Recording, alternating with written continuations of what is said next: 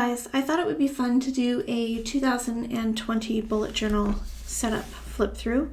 I know this channel right now is focused a lot around our budget with us videos and paying down debt and that kind of thing. And for me, the bullet journal is a big part of that as well. I do all of my budgeting in YNAB, but there are a few things that I like setting up and keeping track of in my bullet journal as well. So I thought I would do a quick flip through. So I am using the official bullet journal by Lloydstrom for this year. Last year I used a Limome, which is this guy, and I did actually fill up pretty much the whole thing. I normally don't fill up an entire notebook, but this did last me throughout the whole year. I only have a few more blank pages left in the back to fill up, so I'm hopeful that this journal will last me for the whole year. So what I've done is I've done a year at a glance. I don't really do a lot of future planning in terms of a typical future log in a bullet journal, but I do like having the year at a glance. I always found that helpful. So that's what I've done on this page.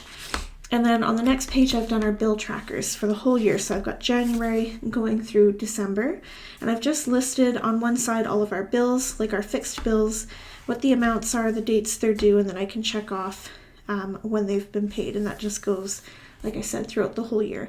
And the reason why I thought this would be good is because as we pay things down, like the credit card or the car loan, it would disappear off of here. Or we can see, how we're maybe spending more money on cell phone bills or power bills throughout the year as well. So I thought that would be kind of cool. And then I did my quarterly debt tracker. Again, this is something that I did last year as well, which is this right here.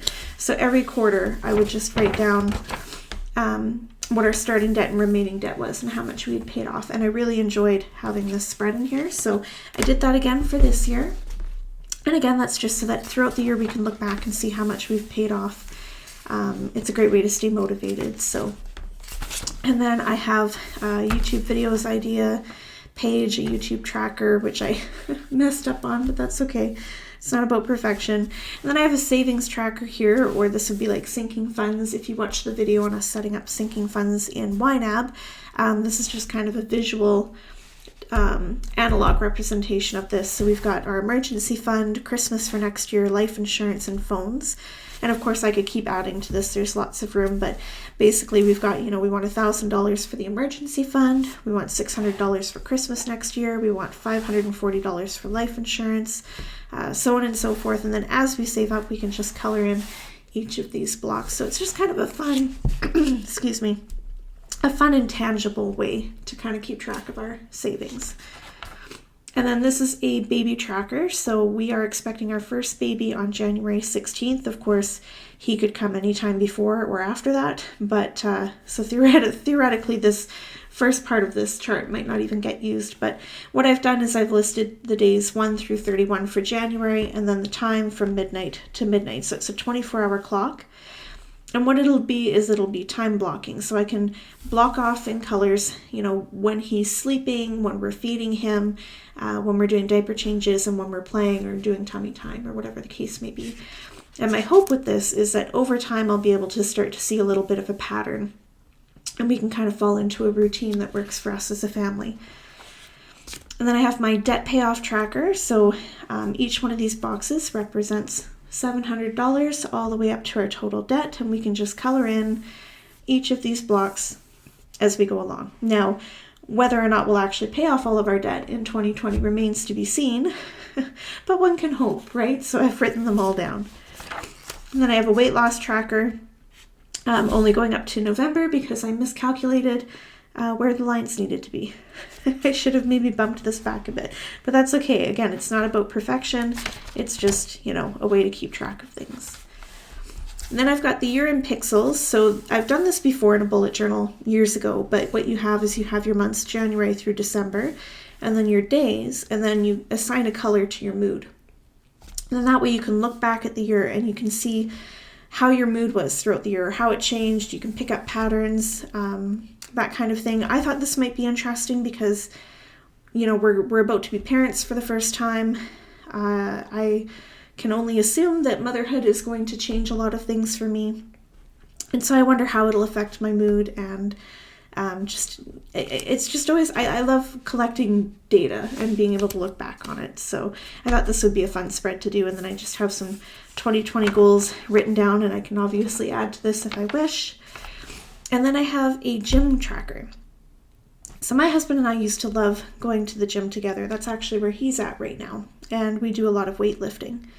Now, being pregnant, I don't go to the gym right now. It's not a priority. It's not something I have time for, but it's definitely something I want to get back into. So I just did 2 pages for now. I'm sure that I will be going to the gym a lot more throughout the rest of the year, but basically what this is I can write down the date that I've gone and my weight for squat, deadlift, bench, and press, and then I can kind of see over time how I'm increasing and what new PRs I'm hitting. And then on the other side, I can put down how difficult I found that workout out of 5 stars. And then any notes I might want to put in, like did I oversleep or not sleep enough? Did I maybe have like a really big meal before I went to the gym? That kind of thing. And then I have my 2020 year ahead tarot spread. I did this in my last bullet journal as well. It's just something fun that I like to do, so I redid that again. And then these are icons. So this is something I saw from the Boosted Journal. I'll just flip ahead here for a second. So what it is, it's a productivity tracker. So I've got every day of the month for January in here. And then every day I have a bunch of boxes. And the way this works is you would assign an icon to an action. So here I've got like film, edit, upload, Instagram, Facebook. I've got other stuff in here too, like did I get enough water that day? Did I have a no spend day? Did I do strength or cardio? Did I do laundry? Did I journal, meditate, that kind of thing? And so what you would do is in the last column, you would put your top 3 priorities for the day. You know, what are the top 3 things that you want to get done? And then throughout the day, you would fill in the icons of the stuff that you actually did. So it's almost like a habit tracker, a little bit more like a productivity tracker, though I think I would still probably do a habit tracker separately just because of the way the information would show up. Might be a little easier to read the other way, but I thought this was fun. I wanted to give it a try, so it's in here. And then I've got just, you know, your regular traditional bullet journal layout for the month. And then I have my gratitude log. This is something that I loved doing over the last year, so I definitely want to continue doing it. Again, that productivity tracker for the month. And then I have my hospital bag list and my birth plan. I don't know when this video will go up, but I'm 36 weeks right now, and I still haven't packed my hospital bag. The baby's one is done, but not mine. So I should probably get on that. And then last but not least, this is a lot like the mood tracker that I had in here. So again, January through December, all the days of the month, and this is just to track my period and sex. Sorry if that's TMI, but you know, now that I'm not going to be pregnant anymore, of course my periods will return. And I just thought this would be good to track throughout the year to see how regular or irregular I am. And that's it. That's all I have set up in here so far. The only other things I set up are the pen test pages and the grid pages in the back, and that's not really anything special. So I hope you found this video inspiring if you're somebody who likes to bullet journal. If you've never heard of bullet journaling, I will try to find Ryder Carroll's videos about it and link them in the description down below, because I have loved bullet journaling over the year for a number of reasons. It's just something that is so personal to each individual and what you want to put into your book. So that is it from me. I hope you guys enjoyed this, and I will talk to you in the next video. Bye!